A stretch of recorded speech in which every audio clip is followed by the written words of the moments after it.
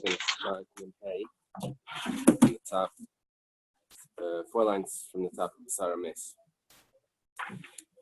Then Hay is 55. A, 55A. So it says, the Sarah Mace, the flesh of a corpse, gives off tumah, lachen, and divation, whether it's moist or dried out. It will give off tumah. Someone asks Minalan, and specifically the question is, where do we know that if it's dried out, does it give off tumah? Amar Reish Lakish. Reish Lakish says we're going to have over here a machlekes Rabbi Yochanan and Reish Lakish, very common. Reish Lakish says, Amakra l'chol tumasei. It says in the passage that if a man will touch anything, or a man that will, if he touches a man, l'chol tumasei, for any tumah, l'chol tumah is haparshis mimenu. Any tumah that come from a man, which would mean his flesh, and any tumah, even if it's dry. That's Reish Lakish. There's another pasuk that says anyone that touches that's whoever touches a corpse or a bone or a grave. So we're comparing here the person to the bone. Adam dumya de etzem. Ma etzem yavish, just like a bone is dry. Afkan yavish, also if the flesh is dry, it will also give off tumah. My binaya. What's the difference between the machlekes, between the two opinions, where we learn it from, Rabbi Yochanan and Reish Lakish? The binaya de apech hafruche. If it crumbles, if it's so dry that it becomes brittle, so then according to Rabbi Yochanan, it says we learn from a bone. Well, a bone isn't brittle. So if it's brittle, if it becomes so dry that it starts to crumble, that Rabbi Yochanan would say that sort of flesh doesn't give off tumah. Meisvei, we have a question on Reish Lakish. If the flesh becomes so dry that it's brittle, it's pure, and we said that this is the machlekes Rabbi Yochanan and Reish Lakish, and Rabbi Yochanan would say that, but Reish Lakish wouldn't. Here we have a Bais that says that it's tar. The Gemara answers, Hasam da akmach v'hava yafra. You see, here we're saying it becomes so brittle that it becomes like flour. See, there's ways of like dirt. The akmach v'hava yafra. Then it becomes like flour, which is like dirt. It's not really the flesh anymore. Now, you see, the Bais didn't tell me how brittle is brittle. You know. Okay. Meisvei.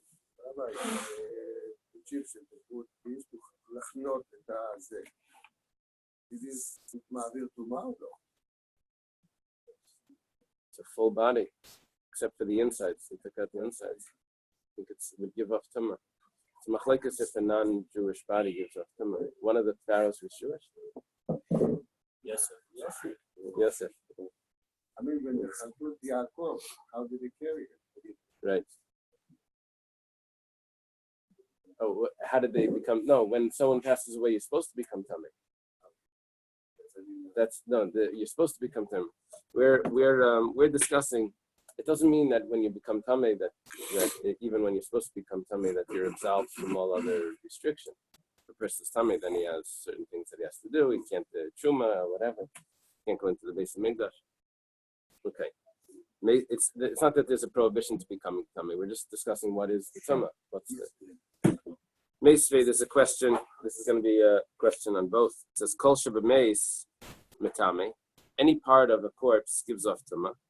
Chutz min hashinayim, except for the teeth, v'asar, the hair, v'atziparin, and the nails. However, b'shas chibur nakol tumah. When it's attached, then everything is tumah. Now here we have an interesting thing because we just said that a bone is tummy, and that was clear that a bone is tummy. Now we're saying that the teeth are not tummy. Now the teeth are like a bone. But it doesn't look like it's not. It's like an extended part of the body. Like when a baby is born, that's basically every tummy. It doesn't have any hair. It doesn't have any teeth. The malach didn't hit you when you were born because you know the Gemara. Mostly healing. So I'm saying that's why. You see the Gemara's going to I mention. know, that's why. So they said, why does the baby forget? Because the teacher hits him, he doesn't learn well. Or a teacher that hits can't learn from that. So Amar Ravada Barava says, here the question was on both. Why are we saying that a bone is tahar? I'm sorry, why are we saying the teeth are tahar? The teeth are like a bone. Ravada Barava says, Dumya de etzem. Ma etzem shenivra imai. Avkol shenivra imai. It has to be born. Has to be born with it. He's not born. He's born with his bones. He's not born with his teeth. So, 1 second. But what about the hair and the nails? It's a full term. Comes out. It has a full head of hair and nails also. Elam Rav Ada Barava Dumya de etzem. Rav Ada Barava says we're going to compare it to the bone. Ma etzem shenivra imay vein gizei machlef. If you trim it, it doesn't grow back. The bone. However, afkol shenivra imay vein gizei machlef. Over here, the hair and the nails, you trim them and they grow back. So it's different than the bone. The bone gives off tumah. So yes, there's a criteria that it needs to be born with it. However, here, I should say here, the hair and also HERE. But the thing is, I was wondering, like after they always say if the person does pass away, the nails and the hair keeps growing. Is that just the body Is shrinking? that what it says? I don't know. It's not, No, it's a fallacy. it's a fallacy, right? Because the skin Right. uses its water and dehydrates. So all of a sudden it looks like the nails of the hair. So it is a fallacy. That's okay. Thank you, doctor. From the days of Okay, so Yatsu Shinayim Shalei Nivri. The teeth don't give off tumah because the baby isn't born with teeth, like Yossi told us. Yatsu Sar V'Tzipayren, the hair and the nails are excluded. Shafal Pish Nivri May Gizei Machlef. That even though they are created with the body, but nevertheless, when you trim them, they grow back. That doesn't give off tumah. Okay. Gemara now says, "Very the Gizei Machlef." What about the skin? Skin, if you remove a person's skin, it will grow back. Utanan, and it was started in the Mishnah. Hagaluda. Galuda is, we had this in Chulin. If the animal is skin, all the skin came off. Reb Meir Machsher. Reb Meir says that it's not considered a treifa. The Chachamim Paislan, and the Chachamim say that it is a treifa. Va'afilu Rabbanan like a pasli, and even the Rabbanan don't say it's a treifa. That in the interim, before the skin grows back, the air is going to get to it, and it's going to die. Probably that's a term for infection, but it's not. Our concern isn't that it doesn't grow back.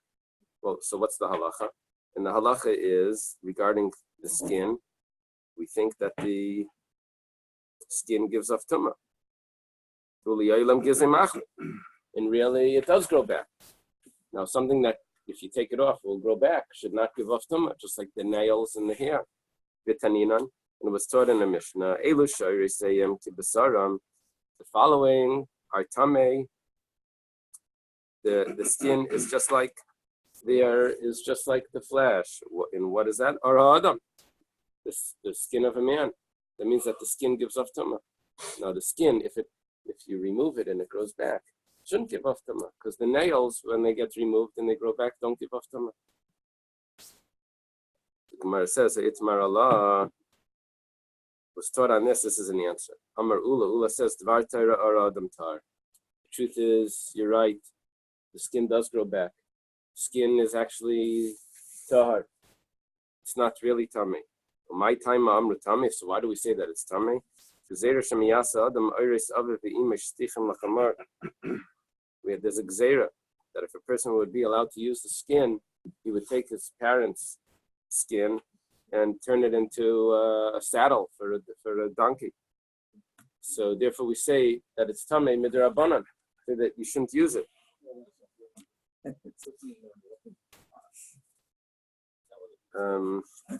Tosfos asks that it's Asur B'Hana anyway.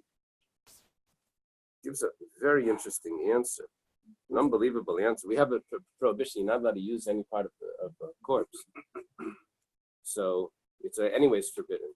So Tosfos' answer is unbelievable. He says that people don't care so much about the laws. They would care more about Tumah than they did about the halachas. It's really odd, sort of. Like a little more scared of Tumah than more scared of Tumah than the halachas. The halachas, you're not allowed to use it. But they would become Tamei. Oh, the Tamei, that was like more serious. Even though, yeah. More superstitious about that. The idea was to respect your parents, right? To have them with you. Yeah. That was the idea. Well, it's like someone would. Well, people would come. What it's it was Rabbi Michal Tukachinsky. He wrote Gesher Achayim. It's all about Avelis. He wrote on other things also. He wrote on Yerushalayim in the cities or whatever. So in his third volume, so he writes over there some interesting things. One of them is he has a story of a cannibal that goes to a civilized place, and it turns out a war breaks out right then. So they went to war, and this cannibal is like observing what's going on. After the battle, they pull the dead and they're burying them. This is, I don't understand you guys. We go to war when we're hungry. And when we're finished, we eat. He says, but you go to war for what? What are you going to war for? And then at the end, you just bury the dead. What was this all about? What was this? And then you say that we're barbaric.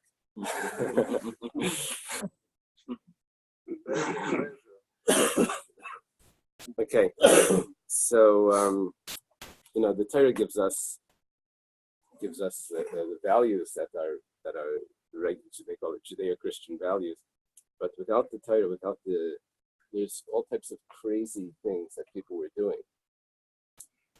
What they would do with the dead and all of that. So here, it's like setting a standard that they get buried. You start using the skin for different things.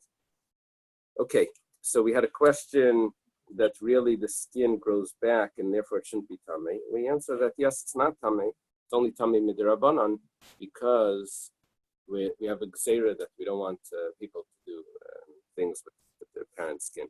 Ikadamri, there are those that say this slightly different. It says harei or the ingizei machlef. The skin does not grow back. We had a Mishnah that said that was a machlekes between Rabbi and the Chachamim if an animal that's skinned, if it's a treifa. We said that even the one that holds that it's a treifa, that was only because of infection, but not because it doesn't grow back. But the ear would get to it. That was it. Now we're going to learn that Mishnah the opposite. It says Utanana was taught in the Mishnah of Chachamim Paislim. The Chachamim say that it's possible. That means that the skin does not grow back. Rafilu Reb Meir like a machter ela dekar bisra v'chaya. So why does Reb Meir say that an animal that's skinned is not a treifa? Because Reb Meir says that the upper layer of the flesh will harden and act as skin, and that will be good enough. In other words, the skin, not that you'll replace the skin with new skin, but the lower levels of whatever they call it will act as the skin. In a science class, the little kids, they said, "What's the purpose of the skin?"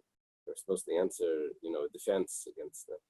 So one of the kids said, "To keep the people that look at you from throwing up." So,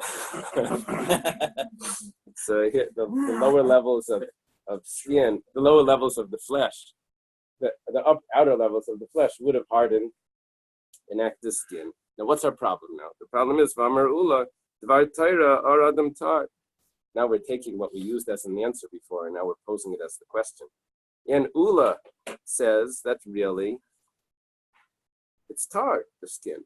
Problem is, if both according to the Chachamim and according to Reb Meir, it should not be tar because it's not replaceable. It should be tummy. Anything that's not replaceable doesn't go back as tummy. But the word does go back. That was the first way of learning. Yeah. Now we're learning the Mishnah the opposite. Now we're saying really the skin doesn't grow back. we have the Chachamim that say that it's, we have the Reb Meir that says that an animal that's skinned is not a treifa. Sounds like it grows back. Reb Meir says, really, the skin doesn't grow back. Why is it not a treifa? Because the outer layers of the flesh will harden in an animal. And we're crossing this over to the human. Now our problem is that Ula says that really it's tahar, and it's only a decree because we don't want people using their parents' skin. So we see that even something that doesn't grow back that's a proof that is things going don't to go be back to be tummy.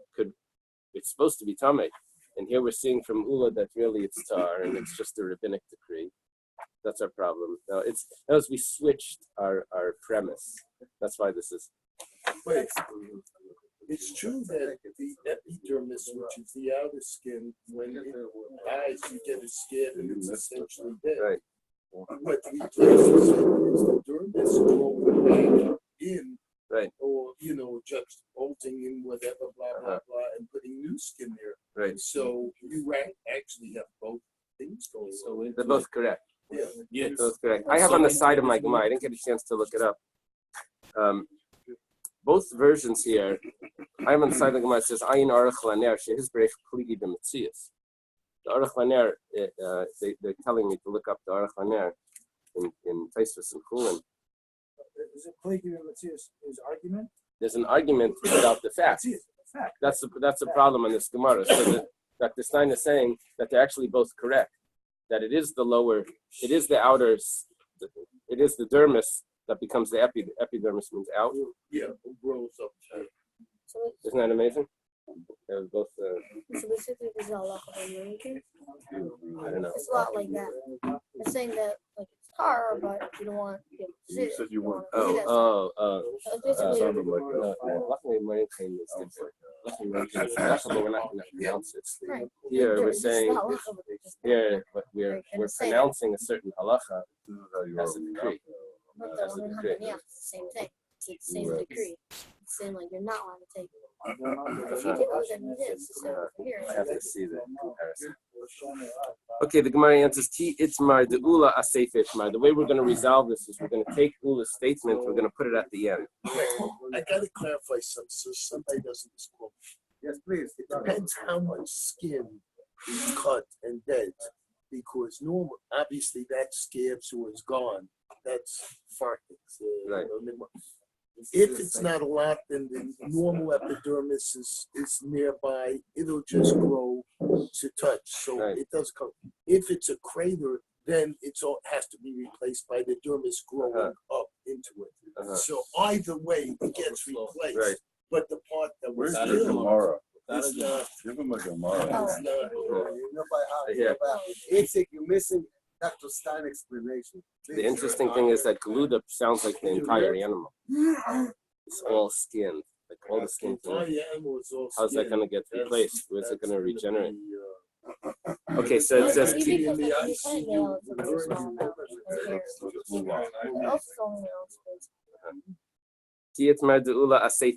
there was another statement and Ula was commenting on that. It says if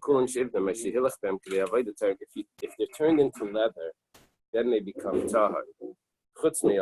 Except for human skin. But Amar Ula, and Ula was talking about that if it's tanned, they're turned into leather. That when it's tanned, when it's turned into leather, that's when it's going to be tar. So why did they say that it's impure? Because that's Adam or that's because we're afraid that someone may make the skin of his parents into and tan it. So we said it's tamei anyway. What about the flesh? Flesh grows back, and flesh is definitely tamei. Amar Marbre the Ravashi Basar Nasim Mekaymitz. It doesn't really grow back. Will leave a scar. Now I don't know how this fits, but I assume the skin would also leave a scar. But I guess there's a different sort of scar that comes from the flesh missing than from just the skin missing. Okay. The area of the scar is dead, the skin is dead or is alive? Scar is dead. You already said in the Lion King. Doctor, please explain to us. Avala Zayv. But Zayv. Okay, now we're up to the a tumma that emits from a man's body. So it makes the man tame, but now we're not discussing the person. Now we're discussing the substance itself gives off tumma. Zoyiv minalan. How do we know that the actual substance, this emission, zoyiv, it's an abnormal emission. How do we know that that gives off the tumma? Not to the person, but to someone that touches it, carries it. The Tanya was taught in a Bais, zoyiv tame. The pasuk says that if a person will have a flow from his flesh, he's tame. But the wording is that zoyiv tame. His flow is tame. Limit ala zoyiv shu tame. It's not only the person, but actually the substance itself is tame. Gemara asks, why do I need a pasuk? Well, I didn't. This is quite logical anyway. If it causes someone else to become tame, now the someone else means the person himself. Someone else from the substance. If it makes the person tame, should the substance itself not be tame? So how does it give off tame if it doesn't have tame? It must be that it's tame. Why do I need a pasuk to tell me that it's tame? If it makes someone tame, which means the person that had the emission, so then it itself should be tame. The Gemara says, that's not always true, because sometimes something else could become tame and the thing itself isn't. For example, the goat that's thrown off the cliff of Azazel on Yom Kippur, the person that walks the goat out and pushes it is tame, but the goat itself is tar, because a balchai, an animal, can never become tame. The only thing that could become tummy while it's alive is a Jew. So, that should prove it causes others to be tummy, the person walking it, but who atzmei is tar. But the animal itself is tar. You also shouldn't be surprised. Even though the zoid, which is the substance, causes the zav, which is the person, to be tummy, but who atzmei tar could be the zoid is tar. So Talmud Leimer zoid tummy. That's why he has to tell me that the pasuk says limit ala zoyv should tell me that the substance itself is tame, and it will give off tumah to someone that touches it or carries it. Yeah. The pasuk says ish ish. So what could be maybe that one? The Rabbi. The beginning starts off. Yes, that pasuk, and it continues with ki yazav mibsayrai zoyvai tame. Now the juxtaposition of zoyvai tame, his flow is tame. Yeah, so we're saying that his flow is tummy, but really the pasuk could have zav mi besarai zoivai, that it flows his flow from his flesh, kama tame. So we're putting it together. We're putting it zoivai tame. We're saying that his flow is tummy. That means that the substance itself is tummy. So maybe this is only with touching, which is a certain type of tumah. But carrying it without touching it should not be tumah. It's just like a creeping creature that gives off tumah through touching, but not through carrying. Now, if you carry it and touch it, then you touched it. But if you carry it without touching it on a board, you lifted it up without touching it. So then it doesn't give off tumah. So like the way people would throw out like a cockroach or something, they lift it up without touching it. They take something out. So you don't want to touch. I don't know why. You wash your hands anyway after both, but that's the way we are. We lift it up with something else. So it's b'masa. We lift it up, but you didn't actually touch it. So we would say that a sheriff doesn't give off tumah like that. So maybe the zoiv also doesn't give off tumah like that. And we would say only with direct contact with the tummy, maybe. Now the problem is that the actual zav gives off tumah with lifting, with carrying. If you lift the zav, it makes the person that carries him tummy. Now we're thinking that the substance would be less than that. Amar Bibi Barabaya, the Magala Yitzchakra. Touching, we actually don't need a pasuk to tell us that it gives off tumah with touching the substance. The Laigara Mishech Fazera, because that would be then like a regular emission, which gives off tumah through touching. The whole pasuk that we said, Zayvay Tami, is only the masa. Okay, Gemara says 1 second. First, we try to compare it to a sheretz. Now we're going to try to compare it to a nevela. Nevela goes like this. Maybe if you lift it, it's going to give off tumah to the person and his clothing. But the maga, with just touching it, the person will be tummy, but his clothing that he's wearing while he's touching it would not be tummy. Just like the tumah that comes off when a person touches a dead carcass of an animal, that he becomes tummy through touching it, but it's not his clothing. However, if he would lift it up, then even his clothing becomes tummy. So there's a difference between maga and masa regarding an avela. Maga, he becomes tummy. Masa, him and his clothing become tummy. So what we're doing here is we have this substance, this emission, this zoyiv. We're trying to figure out how tummy it is. We said that it's fully tummy, that it gives off tumah b'maga, b'masa, through carrying and it's his clothing as well. The question is, how do you know that if through touching it, it makes the person's clothing tummy? Maybe we'll compare it to nevela. And nevela, we have actually that distinction, that only if you lift it does the clothing become tummy, but if you touch it, not. Maybe. The Gemara says, Leisal Kedaitach, do not think like that. Tanya was taught in a Bais, others say, usually that's your mayor, right? Others say, we're going to do a comparison between the substance to the person. Just like if someone touches the person. The actual zav. Doesn't make a difference if he touches him or he lifts him up.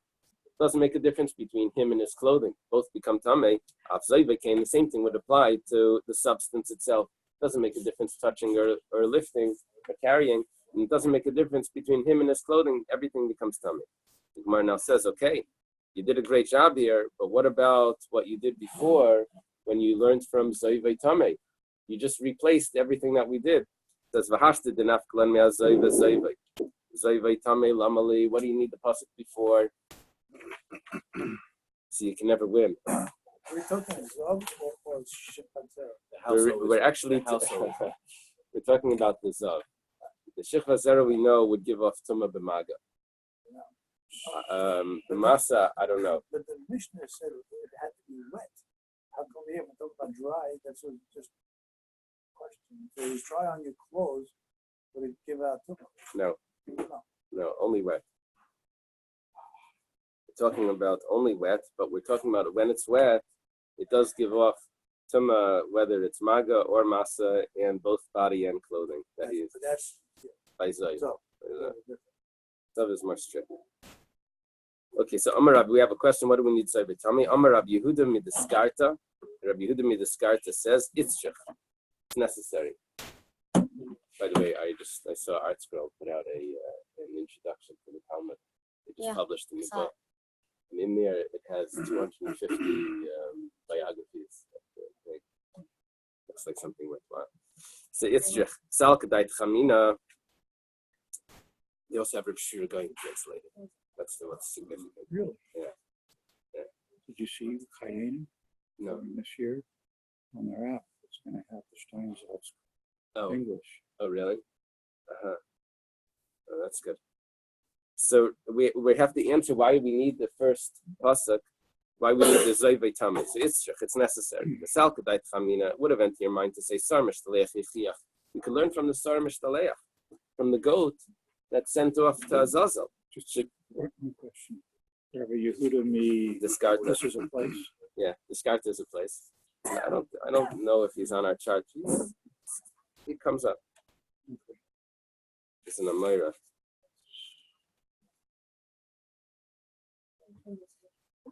That's probably Baba. Yeah. Okay, I could have thought that the Sar Mishdalech will prove that it gives off Tumah, but it itself is not Tumah. So I could have thought that would be the halacha, that the Zoiv isn't Tumah. We have a pasuk Hazav Zoivai, and you just said that it compares the Hazav Zayvel Zachal Nekeva, we have the comparison. We could have said that comparison is going to be used for something else. The Minyana Hudasa. It's coming to tell us the different amounts, the different sightings of this emission. That Zayv Chad is the first one. Zayvai is Tarti is the second one. Ubashlishi in the third one, Akshar Rachman al is compared to the female. Now, there is a comparison there that goes like this, that the Zav, a man that becomes Tameh, needs to be that it's without stimulation. There's no stimulus. That's a Zav. In the same, which is different than a woman that becomes a Zava. We don't care about any stimulation. It all has to do with the calendar, what time during the month, what she ate, or whatever thoughts or exercise, all of that doesn't interfere with the tumah. The tumah is always there. By a zav, it's different. If there is any stimulus, then it's not considered a zav. So we would say that the first two are defined as male, with only those criteria that there can be no stimulus. But the third one, we would say, we actually do say, remember that? We do say the third one that requires the carbon, even if there was stimulus. So, is blood. Right. Here we're talking about something else. Right. Here we're talking about something else. But nevertheless, there is a comparison there that there's 1, 2, 3. Right. And by the man, it's 1, 2, he becomes tameh. And the third one is only for carbon. So the third one we compared back to it doesn't matter. It would be Akshi Rachman al Nekeva, so Kasar Rachman Zayv Tameh. So therefore we need Zayv Tameh to tell us that there still is tumah as well. Now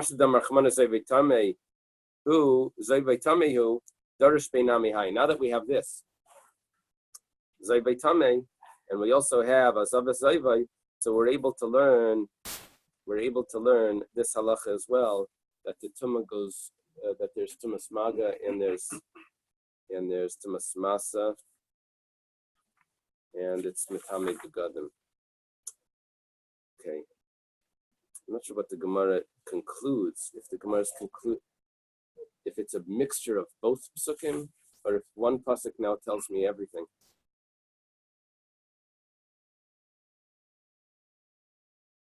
I know that there's tumah. So now I can use Azav Zayvai not to make a difference. So one pasuk tells me the fact that there is tumah there, and the details of it I get from Azav Zayvai. That's how the Gemara concludes. Give a harik, spit. He said that if a Zav spits, that spit gives off tumah. Someone touches it. That's our assumption. Reik minalan. How do we know that gives off tumah? The Tanya was starting to Bais. If he will spit, the pasuk says, "V'chiyarik hazav b'tar v'chibes begadav." If the zav will spit on the tar, so he has to wash his clothes. The yachal af pishlei naga. Maybe even if he spits at him, but it doesn't touch him. Can you imagine? The zav walks around, spits at people. Everyone jumps away and it misses them, and they become tamei. Af pishlei naga, even though it doesn't. Talmud leimar bitar achiga bitar. No, it has to touch him to become tamei. Eily I only know spit. This would be phlegm, mucus, liquid from the nose.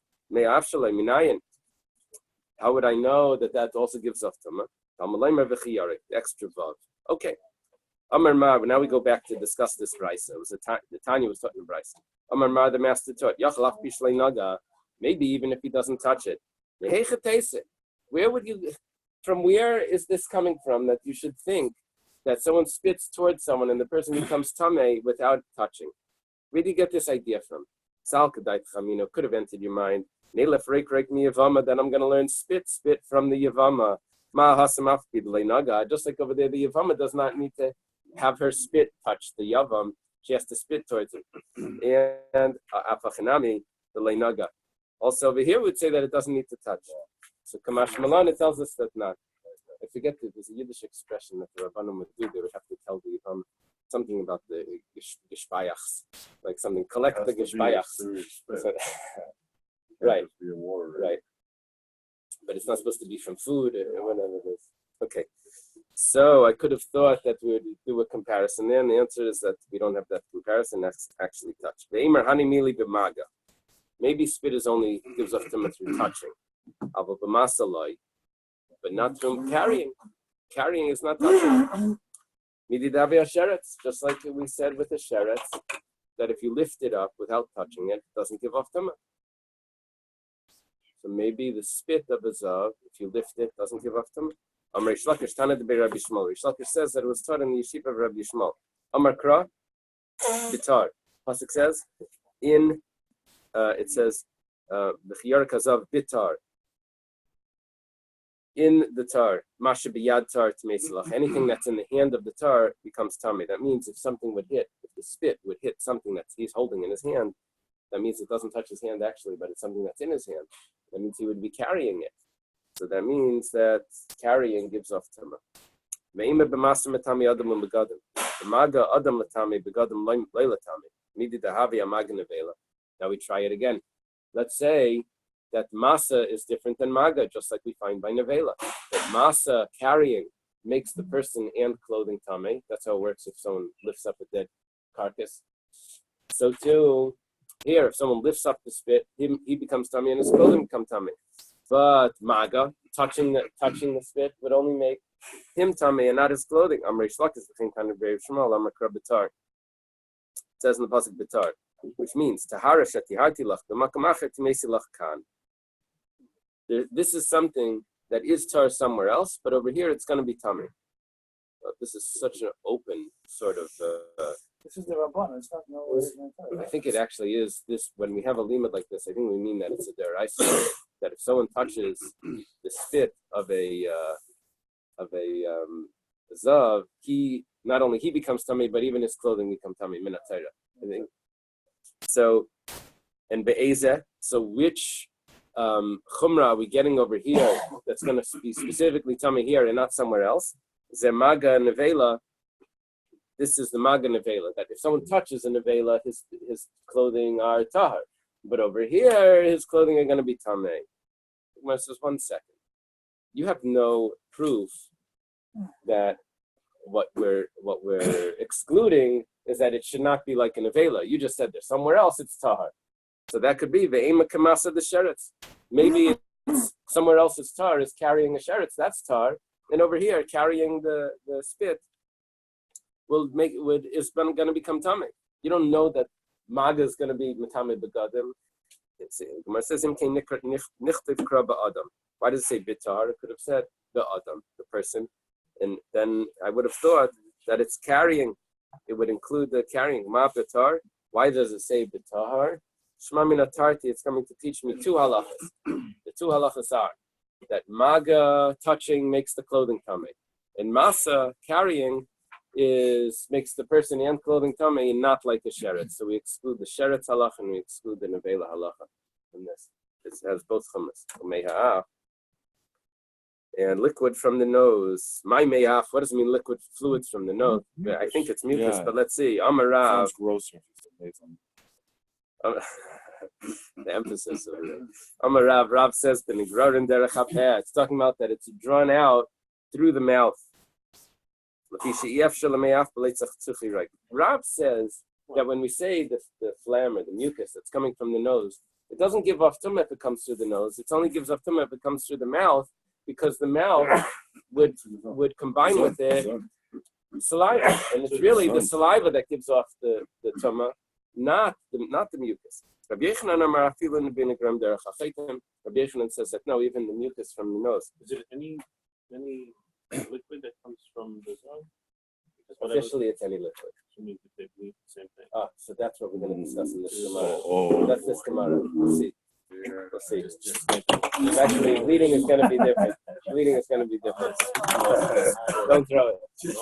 Don't throw it. Alma, we see. Roll the book.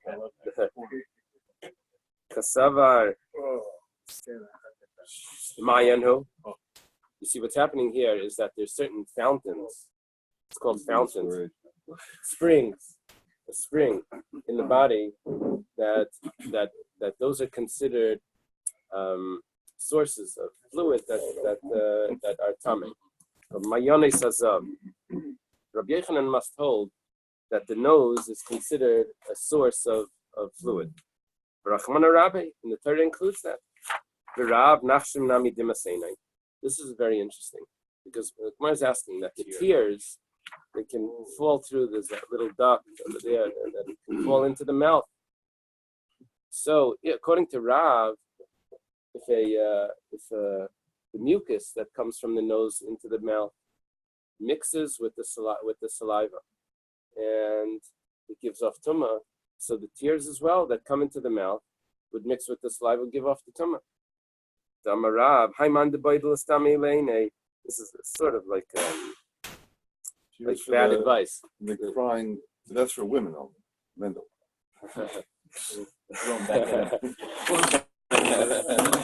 We have a therapist here. Okay. This fellow that wants to go blind, sort of like sarcastic sort of advice, that you could get, they would get their eyes painted. What is the word for it? Well, it wasn't a tattoo. They would put on some sort of makeup. It was like these face paints that if you wanted to go blind, to go to an idolater to get your eye painted. And what was the issue over there? That the idolater would probably poke him in the eye, and so basically it's saying don't do that. That was his saying. Oh, so that's coming up. 1 second.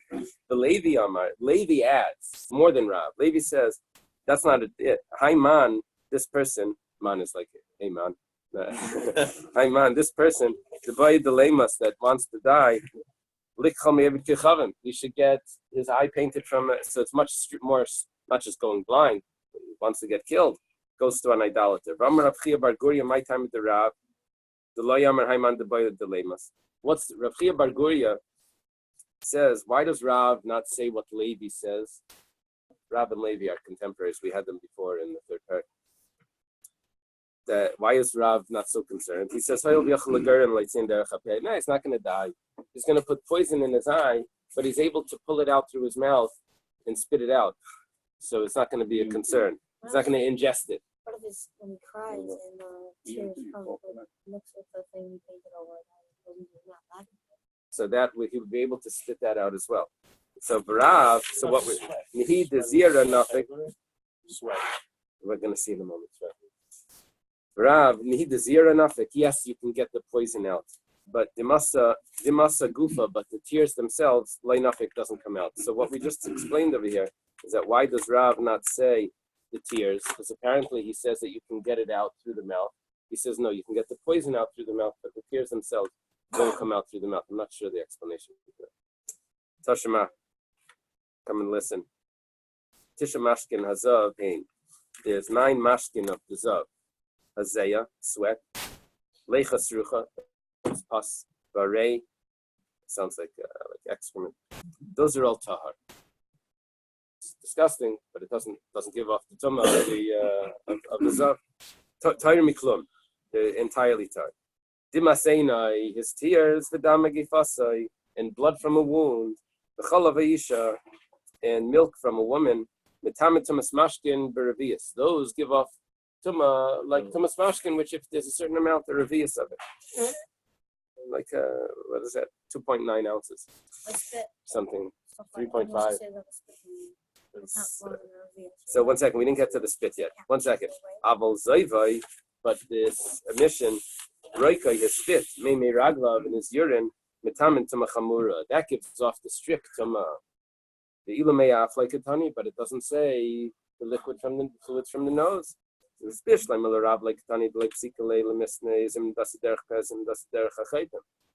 understand why Rav doesn't say it, because it's not determined that it's going to give off the tumah. It depends if it comes through the mouth or it comes through the nose. So we only said things that are like 100% clear. We weren't getting into this, that if it's this, if it's that. El Rabbi Yochanan listening, but according to Rabbi Yochanan, it always gives off tumah. So why doesn't it say that? The Gemara says 1 second. You're asking this like one specific question because this Mishnah this Bais doesn't say something. Well, the Taimech, according to you, Kicha B'niyam Miktani, does it say the actual phlegm and mucus. It doesn't say that either. Me'af sounds like it's something else. It's not kichvin. It's not that. Ela tanaroik v'chol dasim miribuya. It says spit and anything that comes along with it. It's including anything that comes along with it. Don't ask a kasha because it doesn't say it. That was included in the these were just general categories. The